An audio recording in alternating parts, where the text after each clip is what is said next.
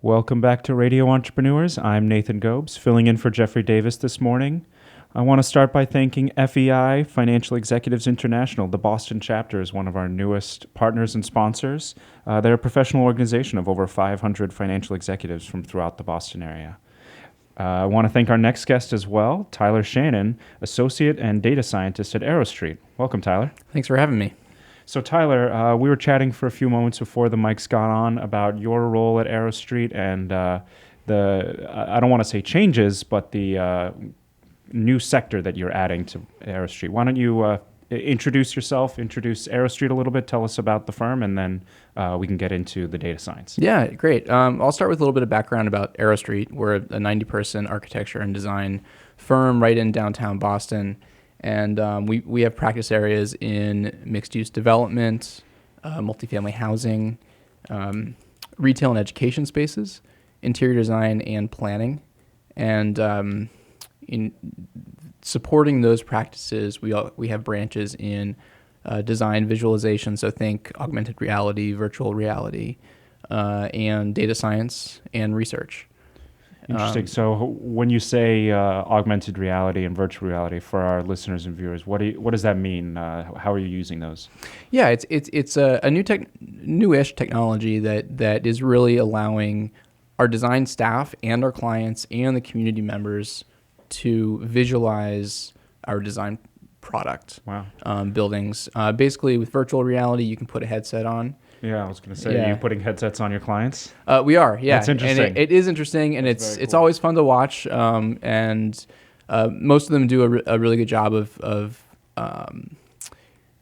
having a good attitude about putting them on, because sometimes it can be a little disorienting when you first start getting used to having a headset looking around a virtual space. But it sounds like you can get a much better view of the plan.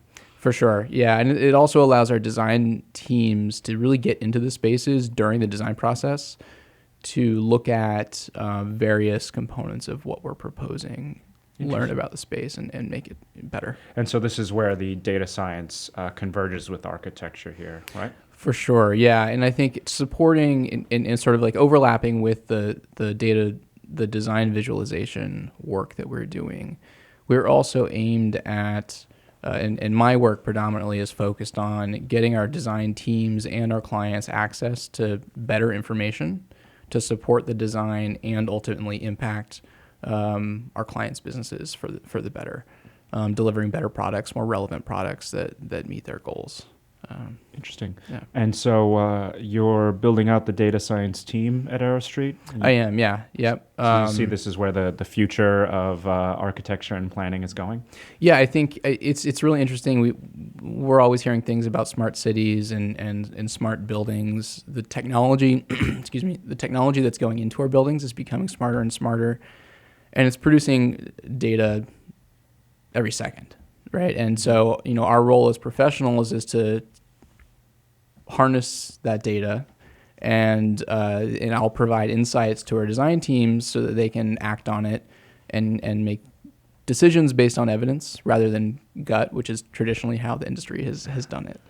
Interesting. And so using the science, what benefits can that provide your team and ultimately the renter, owner, et cetera, of the space at the end? Yeah, well, I think I'll answer that question sort of by saying my work I like to think about it in three buckets. Okay. The first is supporting project teams themselves, and that's working with them throughout the process as they're asking questions about the design. How do we expect people to move through a building? How do we expect them to respond to different types of programming in a building? And we can use data to support those decisions. We're also doing some strategic research and studies for clients to help them understand how various aspects of, say, transportation or housing impact their businesses, and using mapping technology and geospatial analysis to understand those impacts. Interesting. And so does that come through, are you guys placing like smart sensors and things like that? You were talking about people moving through buildings. So that I assume there's a huge amount of technology involved with that. Is Arrowstreet actually deploying any of that, or are you guys just leveraging the science and the data that comes out of other? There's a couple ways that we're approaching it. I think a lot of the systems that are in buildings now can produce data that will allow us to have a general understanding of how people are moving through spaces. It's just up to us to figure out how to extract that information. We're actually piloting a project in our office right now where we do have 18 sensors around our office that allow us to understand things like temperature and lighting and how they relate to space usage. And that allows us to make and understand how to make decisions around what types of spaces our staff is using. So we have that going on in our office right now. We're also partnering with other companies that are doing this at a larger scale. So, there's a couple different scales of operation around extracting data from our spaces. Very interesting. Yeah. I'd love to get to jump back a little bit into the background of Arrowstreet to fill our listeners in who are not familiar. You guys are based in Boston? We're based in Boston, right in Post Office Square. Great. And about what size is the organization and how old some of that? Yep. It's 90 people, and it ranges from architects, interior designers. We do have an environmental graphics team, and then supporting my work as data science, and then we have a couple augmented and virtual reality specialists on the team. Interesting.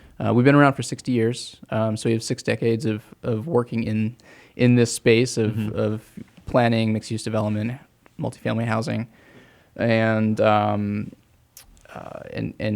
something that we've really established over those 6 decades of work has been delivering dynamic design and development opportunities for our clients. That's great. Yeah. And how long have you been part of the team? I've been a part of the team for coming up on 4 years, and what was your background before that? so I'm a licensed architect in the state of Massachusetts, and I have experience practicing architecture in predominantly multifamily and single-family residential work. Okay.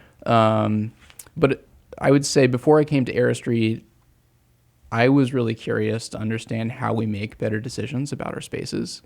And that led me down the road of learning more about data science and computer science and how we can use those to support the practice.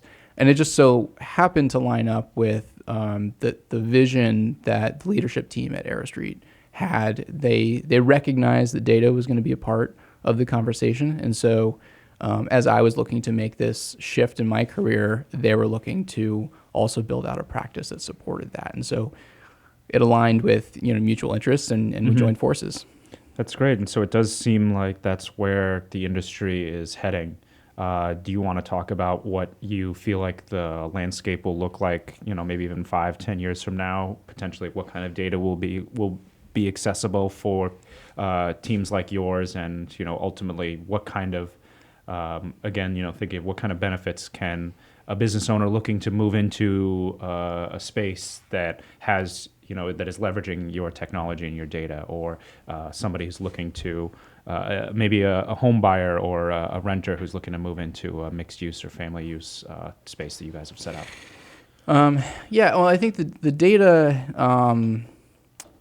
I think that the data processing strategies will likely continue to develop, and will become more sophisticated at harnessing and analyzing them. And our buildings will become smarter and sort of more tech integrated. Mm-hmm.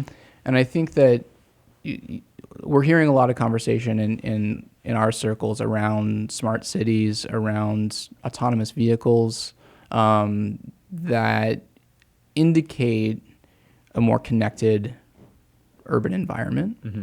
And so I think that's going to start to produce more robust data sets that indicate how we can make decisions about where to put a building, how to program a building, what people are actually using in a space.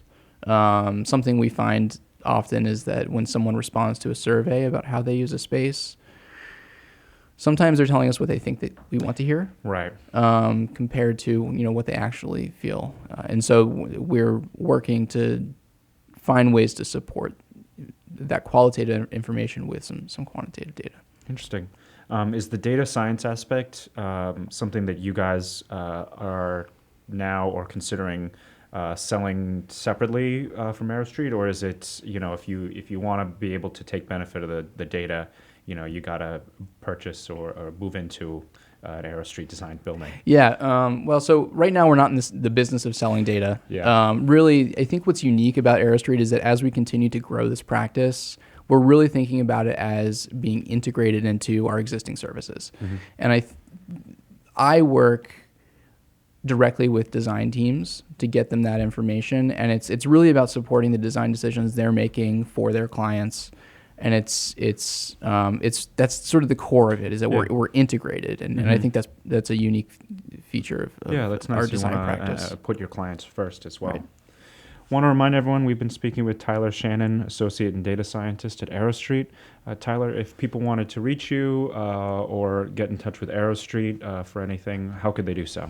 I think the first stop is our website. It's www.arrowstreet.com. Arrowstreet is ARROWSTREET, one word.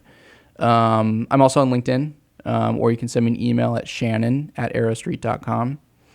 Great. Yeah. Yeah, we'd love to have you come back, talk about Arrowstreet's progress and, of course, as the industry progresses, because I think this is a very interesting topic that, like we were saying, we're going to see more connectivity, things advance as time It'll goes on. continue to develop, yeah. Yeah, so we'd love to have you come back and give us updates as the industry changes I'd love that. over time. Yeah. Want to thank everyone for listening. This has been Radio Entrepreneurs. If you could follow us on LinkedIn, YouTube, Facebook, we're all over the place, and all our listeners and viewers always help. This has been Nathan Gobes. We'll be back after these messages. Good job.